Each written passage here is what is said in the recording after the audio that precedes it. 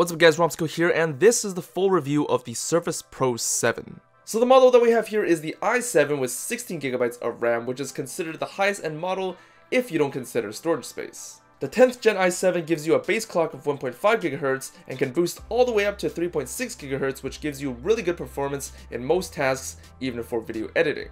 And with the 16GB of RAM, multitasking is super smooth and you won't have to deal with any delays as long as you're on best performance mode. And with the storage coming from an SSD, you'll be at your desktop within 10 seconds, and that's just great. And taking a quick look inside the box, all we get is the bare bones surface and the charging adapter. Starting off with the physical properties, the Surface Pro 7 has a full metal build with a magnesium unibody, making it not too heavy and not too light at 1.74 pounds for the i7 version here. The dimensions make it the perfect 2-in-1 size as a handheld device. The beveled edges are also really nice. They feel smooth in the hands and isn't sharp even at the screen edge to metal frame transition, and the thickness lets you grab onto the tablet very comfortably. On the top portion, we do get some vents to cool the Surface Pro, but only the i7 version gets active fans to cool its more powerful processor. The fans are fairly quiet and won't really bother you, maxing out the temperature at 73 degrees, while its idle temperatures are around 35 degrees. Moving to the interface, we get one USB-C port, one USB-A port, our beloved headphone jack, and the Surface Connect charge port.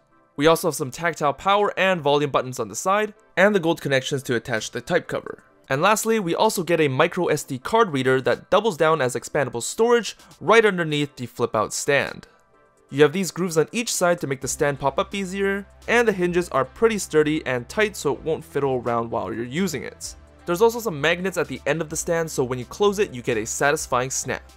I find this built-in stand to be amazing considering it gives you an angle up to 170 degrees, which really gives you a lot of work freedom, especially for drawing.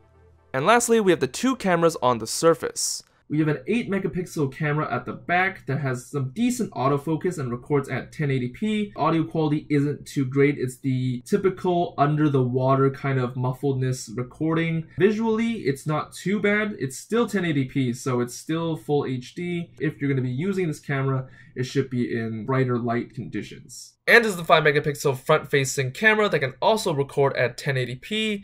As you can see, the quality is not too bad, and of course, once again, you'll need some good lighting. So if I were to turn off all the lights, this is what the video quality would look like. And this is what kind of happens to low megapixel cameras.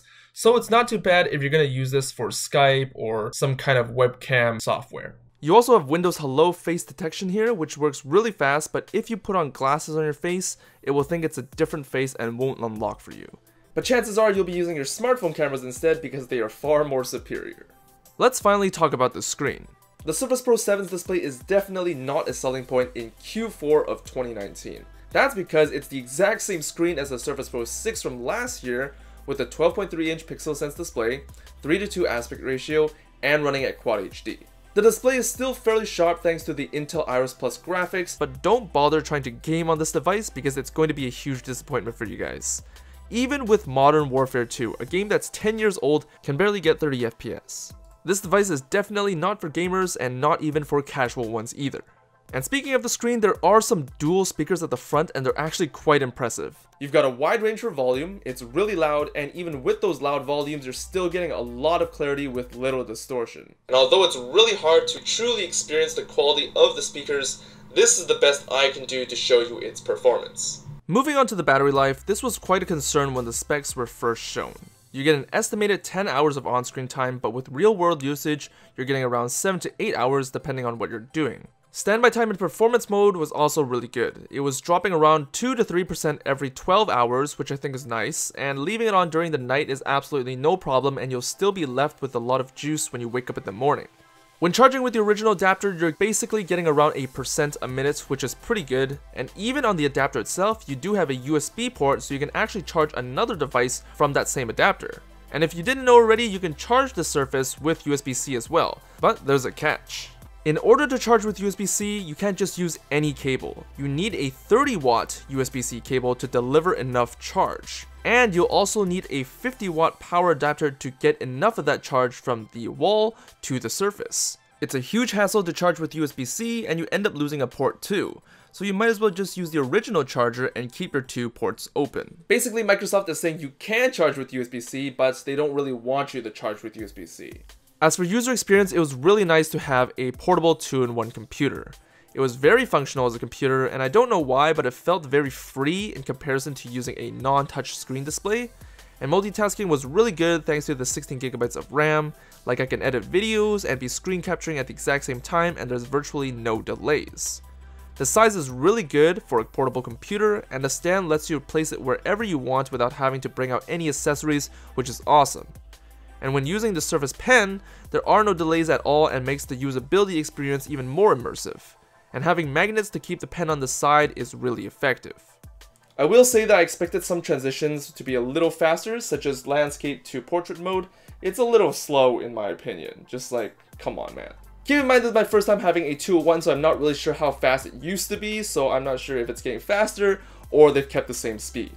But other than that, Windows Hello is really good. Boot time is really good, battery life on standby time is really good, the built-in stand is really awesome for drawing because you can basically have any kind of angle you want without any accessories. Even video editing is great on the Surface Pro 7. Thanks to the 16GB of RAM, even my 4K 60fps clips are getting smooth playback all around, and nothing gets jittery or whatsoever until I start putting in transitions, title pages, and especially color grading.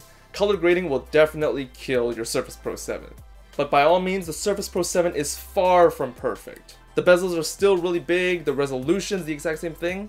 Everything about this screen right here is the exact same thing as the Surface Pro 6, and that's just unacceptable in Q4 of 2019. If they had put the Pro X bezels onto this one, then maybe we have a discussion, but unfortunately, at the end of 2019, we're still left with 2018 display specs. Not to mention, the battery life is also worse than the Surface Pro 6, by about 3 hours. I get that the 10th gen CPU is drawing more power, but shouldn't Microsoft be compensating with a bigger battery? Like, we don't mind a little more thickness, just give us more battery. And probably my biggest criticism of all is that it still doesn't come with any accessories, like seriously. You want the Surface Pen? That's another $70. You want the type cover? That's another $100. You want a mouse too? That's another $60. That's almost $250 more on top of what you're already paying for the Surface Pro. Does that make any sense? Absolutely not. The Surface Pro is already way more expensive than a lot of the 2-in-1s out there. I really hope Microsoft changes their ways with these premiums of accessories, but I feel like they're going to keep it this way because they're basically money grabbers. The funny thing is that if you disregard all the accessories, the Surface Pro line is actually a pretty trash lineup in comparison to many of the other 2-in-1 computers on the market. The only upsides of the Surface Pro 7 is that it has a removable keyboard, which is because it costs $100 extra, and you have this built-in stand that's really nice with its angles of freedom, but other than that, that's it. You can get 2-in-1 computers that have a dedicated GPU, more storage space, and a larger screen, and all of it would still be cheaper than the Surface Pro 7. Not to mention that a keyboard is included, and in some cases you also get a stylus. How crazy is that? And that's been the full review of the Surface Pro 7. It's a good portable computer and it has a lot of nice features, but I don't think it offers anything enough for me to pay a price premium above all the other 2-in-1 computers, especially when I could get more for less. I will admit that the Surface Pro 7 is a lot more portable in comparison to all the other 2-in-1s due to the fact that it's a smaller size and doesn't have a keyboard. But the fact that you have to buy the accessories to complete the whole package of the Surface Pro 7 is absolutely ridiculous to me. You will rarely see someone with the Surface Pro without the type cover and without a stylus. If you're getting the Surface Pro 7, you will be getting the stylus. So that's basically an extra $60 that you're already paying for.